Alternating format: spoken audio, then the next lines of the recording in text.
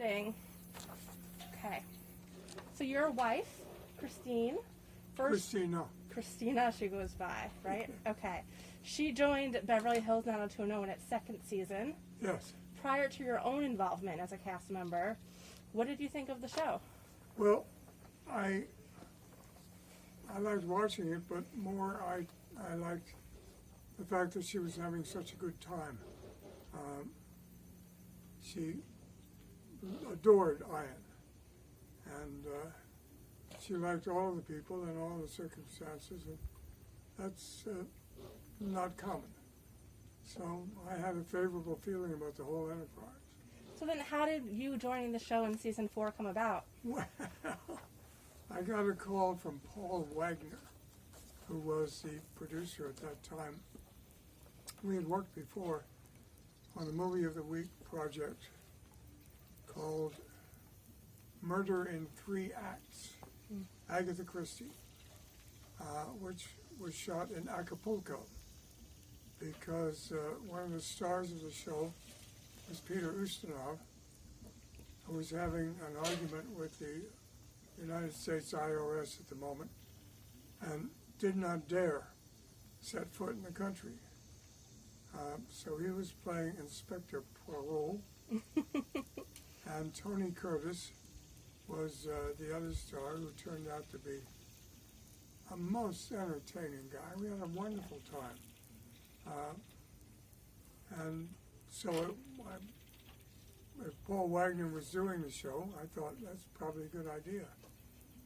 So he called me in and I auditioned, and I think I must have worked for Aaron before, certainly on a Heart to Heart or any number of other things. Mm-hmm.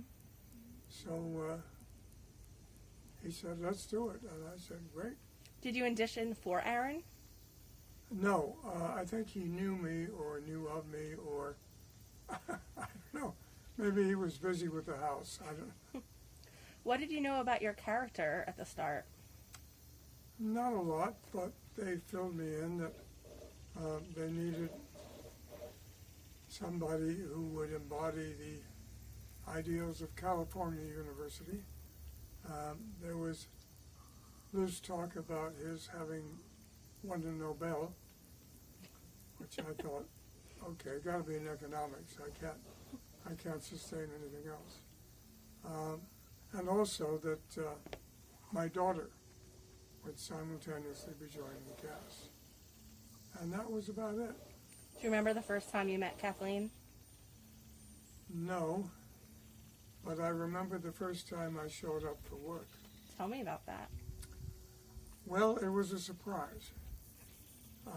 I had come from stage 4 at Paramount, where I had spent 4 months making a miniseries, or the Culver City Studios, which is where Selznick shot Gone with the Wind.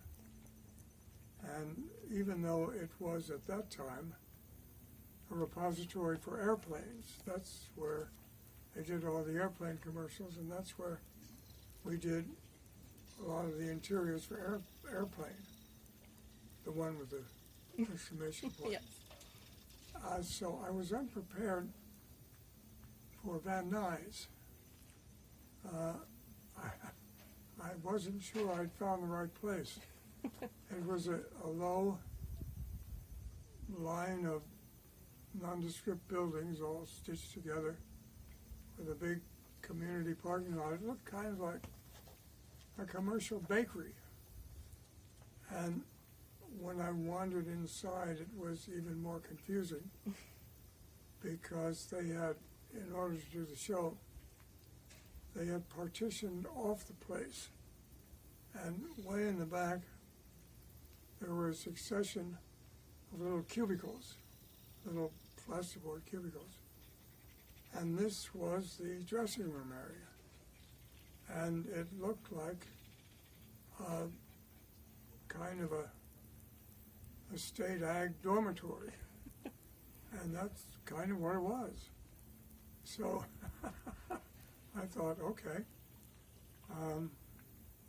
Because in addition to Paramount Stage 4, I had in the past also spearheaded the Hollywood location move, whereby they'd take a unit cast of 4 or 5 principals and go to Baton Rouge, and then assemble everybody else from the locals.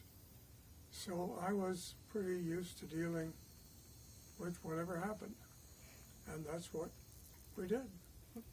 How did your relationship with Kathleen evolve as you continued playing father and daughter? Well, in a strange way, it evolved in a rather father-daughter fashion. I have a daughter myself who grew up without a father, which Kathleen would also have done. And there's a curious mixture of reticence and wariness and acceptance. I remember at one point she was seeing somebody, a boy, and making small talk. I asked her what he was like. She didn't want to tell me. But it wasn't the walk, it was just a little bit. So that's something that I had experienced, not very often, but with my own daughter, so I knew enough to back off. Very well. It was more important to me that she be accepted in the group, which at that point, what was it, the 4th season? Yes. They'd been together a long time. Yeah. And they had been also spending time together a long time, because when they weren't shooting, they were in the dorm. I felt certainly from another generation. Well, besides Kathleen, you probably worked the most with Jason and Ian. Jason and Ian, and I had a wonderful relationship with Luke.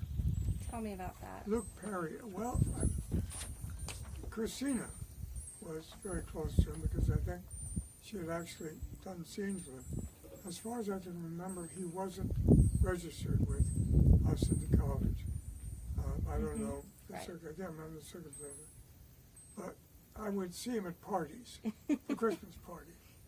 And he was very engaging, incredibly polite, naturally polite, and almost gentle in the way he would talk to Christina and me. And we thought the world of him. May he rest in peace. What do you remember from working with Jason and Ian? Well, I remember, first of all, that they took me in hand, because I don't know what they knew about me. I know I knew very little about them. But I remember riding to the first setup with them, the first day I worked, in one of those go-karts, or one of those, whatever they call them around the set, with Ian driving, or Jason driving, very fast. And I was kind of hanging on. And we got on very well, very well. And as you say, I spent most of my scenes with them. What was your reaction when you found out they wanted to pair your character with Christina's? Delighted. Delighted, because that's how we met. We did a movie of the week in a little island off the coast of California. You know the one I mean. Catalina? Catalina. We did a movie about piracy with Christopher Plummer. And the whole idea was we were supposed to be out of sight of land. So we were there on a sailboat maneuvering around, had a great time, loved working together. And then we had worked a couple of times prior to that on some episodics. I can't remember. No, I loved working with you. Wonderful. It was there was a catch though, Okay. and I didn't know it at the time. But there came a moment in the show when it seemed as if we had the only relationship that was working. And somebody said, well, that can't be. I mean, the only relationship on the show that is really working is the old folks. So they had to step in and the writers had to create some kind of upset or turmoil. I don't know. How did you feel when you first learned that Kathleen would be leaving at the end of season 7, which ostensibly meant the end of your appearances as well? I don't think I knew because I wasn't really thinking beyond that. I guess I remember my last show, I think, was their graduation. Yes. And I realized all good things must come to an end. I don't think, first of all, I don't think anybody told me. I was out of the loop a bit at that point. But I hoped that when I found out that it would work out well for it. It's very hard to come off several years of a series. It's an environment in which you have gotten used to more than you know that you've gotten used to. And it's always a surprise when something catches you up short. Well, you were in nearly 30 episodes. That many? Yes, that many. Do any of them stand out in your Yeah, memory? one. And maybe you can help. Yes. There was never any particular mention made of Chancellor Arnold's first name. Arnold. And every once in a while I wondered, What's but an Arnold? not to be Yeah. concerned so much. And then there was an episode I remember with a gentleman, an Asian gentleman. I can't remember what it was about, except that somewhere in the course of our conversation, he referred to me as Arnold. And it sounded like a first name. And for a moment, I thought, I must be Arnold, which I thought was delightful. But maybe not entirely in keeping with the gravitas that I was called upon to maintain. And we never got further with it. I don't know what the writers thought. I don't know what notes were exchanged. Right. As far as I know, he became Arnold. What do you think Chancellor Arnold would be doing today? Well, if he was to be as lucky as I am, he would be sheltering in place in this magnificent place. I hope you'll take a picture of it when we finish. We're very lucky to have this and the opportunity to continue working. I just got back from Atlanta. Wow. Well, that's what this is from. This is a personal air purifier. Fancy. It's called an air tamer, and there's a cloud of negatively charged ions all around me. Okay. And should a virus wander in, it would go zip, zip, zip. Very neat. I'm afraid it wouldn't help you because it might light on you, but it was very comforting on the plane. Yeah. Have you and Christina kept in touch with anyone from the cast? No, and not intentionally. We moved to North Carolina initially for two reasons. We had both wanted to retire to a place on the water with a reasonable climate, meaning not too hot, certainly not too cold. And that turns out to be a very short list. Part of Virginia, part of North Carolina, and that's about it. So, as it turns out, her mother lived up the coast and had been for years. And she, of course, was considerably on in years, and we thought maybe she might need some help in the near future. And I'd been here before, shooting a mini-series and shooting a couple of Matlocks that moved here by then. So we thought, we'll give that a shot. And it worked out very well. Well, as part of the 30th anniversary of the show, which is actually on Sunday, we're actually talking to pretty much all of the characters' parents. So, Parents? Yes. No kidding. So, Carol Potter and James Eckhouse and Katherine James Cannon and directed a Matthew show Lawrence. that I did. Okay. Had a good time, good director. Do you have any message for your fellow 90210 parents? Yes, be careful. Be very careful. Masks, which North Carolina is not entirely committed to, Yeah. but we are.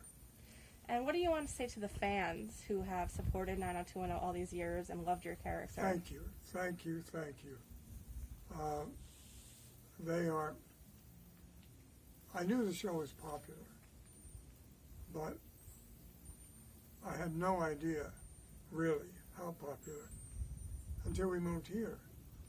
And when people would stop me, as they did at first, I have simply become that actor. Oh yeah, that actor. But at first, they stopped me, and invariably, it was because of 90210. I don't know anything about the audience except I am eternally grateful. I sometimes used to have pangs of guilt about all of those audiences who sat through all of those school plays and all of those summer stock performances, patiently waiting for something wonderful to happen.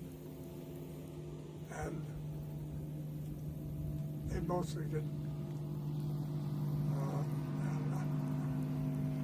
Thank goodness they sat there as long as they did. Lastly, you also worked with Shannen Doherty on Little House. What is your memory of Shannen? Well, the show was quite wonderful. If we've got time for another story. Of course. Francois Truffaut, the French film director, had a saying I'd read a number of times.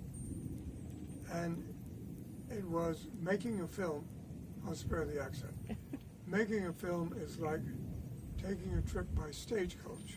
At first you hope for a pleasant journey, but finally you hope you'll get there in one piece.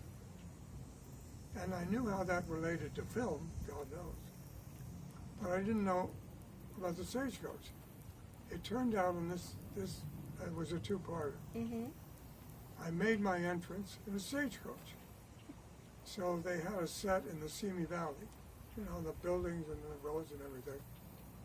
And the assistant director got the stagecoach over, put me in it, and there was a big grizzled guy looking right out of a John Ford Western, looking down at me, and he said, "You ever ride in a stagecoach before?" And I said, "No, I'm quite excited." He said, "Ah." So I got in, and we started off. And the horse was walking. It was a considerable distance to where they were going to drop me off. And the horse was walking, and I was bouncing from side to side like a pea in a cup, up, down. Finally, the only way I could manage to survive, it was walking, was by bracing myself, legs and arms against the side of the carriage. And when the door opened in the take, I literally fell out. And the director, I don't think it was Michael, but I don't remember, looked down and said, "That's very funny, but you don't die until episode 2. That's what it is to be in a stagecoach. Anyway, the plot line was, I knew I was dying, and I brought my daughter to stay with these people who were taking over from Michael and his wife as the main couple. And I remember we had a wonderful picnic on a little plot of land. It was very quiet, not that big. And of course, I knew she was doing 90210. And I wondered if she would remember me. This was some years before. But we never, ever worked together. Until there was one scene that took place, and we still didn't do a scene together, we were just in the same episode. I think it was a theater. And I remember walking up the aisle, and Shannen was kind of slumped in the seat. So I stopped and I looked down and I said, "Hi there." And she looked up and she said, "Hi. Hi. Hi. Why did you leave me with those terrible people?" She apparently didn't adjust as well as she could, but yeah. It's very rare to have a relationship like that because you just don't work with the same people all that often. You know Shannen is battling cancer. Oh God. Yes. I'm so sorry. Yes, she has terminal breast cancer. She's fortunately has hopefully another decade or more with us. She was just speaking about it in a magazine profile earlier this week. Do you want to wish her well?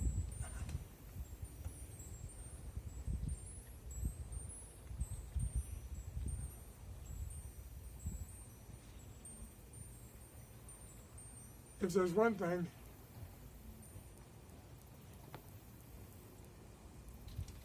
we know about you, you're tough enough to lick this.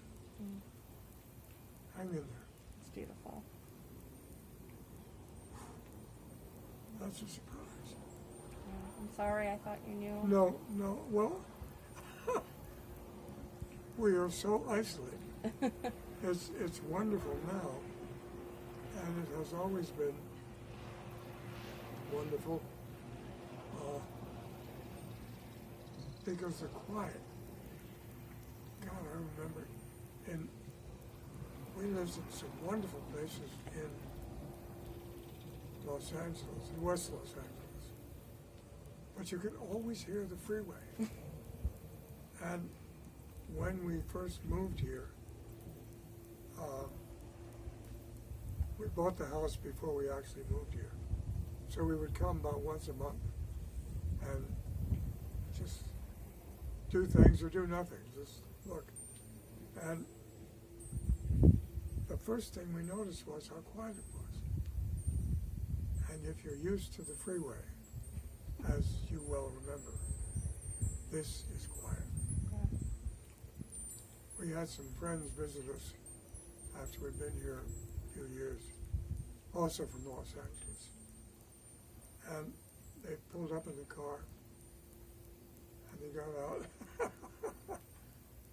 And Sig said, "Boy, it's quiet here, isn't it?" I said, "Oh, yeah." So a couple hours passed, and finally he said, "It is really quiet." And I said, "Yes, we love it." Did you know that Dawsons Creek also filmed here? Yes. It was based in Wilmington. Well, I had a curious experience when I first came here. When I first came here, I was doing a daytime show in Los Angeles, Port Charles, which was a spin-off of General Hospital. And I did that for, golly, I think 2 years I commuted. As a matter of fact, after 9/11, I was on the first flight permitted out of here. Wow. And so I was working, and I wasn't paying a great deal of attention to anything that was happening here. And then I thought, wait a minute, they do movies here. So I kind of raised my hand and couldn't get anybody to pay much attention until a project came up, a movie called, I believe, The List, for which the producers wanted Jamie Cromwell. And turns out Jamie Cromwell and I are the same agent in California. So when they called my agent about him, she said, well, unfortunately, he's not available. But why don't you talk to Nicholas? And they said, Nicholas? And she said, Nicholas Pryor. He lives there. So the Finn Cannons sort of quickly got in touch with me, and I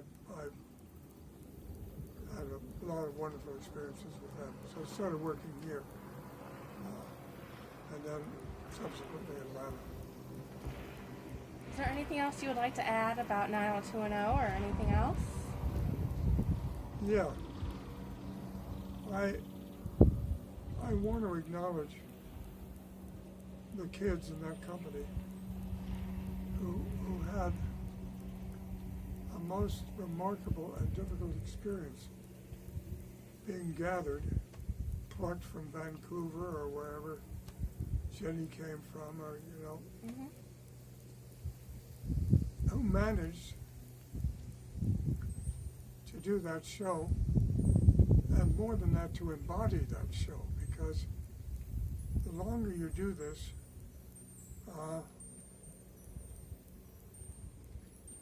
the less you come to think that acting really matters. It matters on a Friday night when they're shooting until 11:30 at night. You've got to do the 15th take of the same little scene. That's when it pays to know what you're doing. But on a day-to-day basis, it's very hard to simply be equal to the whatever the challenges of the script are. And I think of that dormitory and clothes all over the place and people going from one to the other and just sprawled on. And that's what they brought to the show. And that's what people responded to. So now that you're all old and gray, you can look back on what you used to be able to do. How's that for a present? Happy 30th. Thank you. Do you want to turn the camera? We'll turn the camera around. You turn the camera. Okay. Your camera.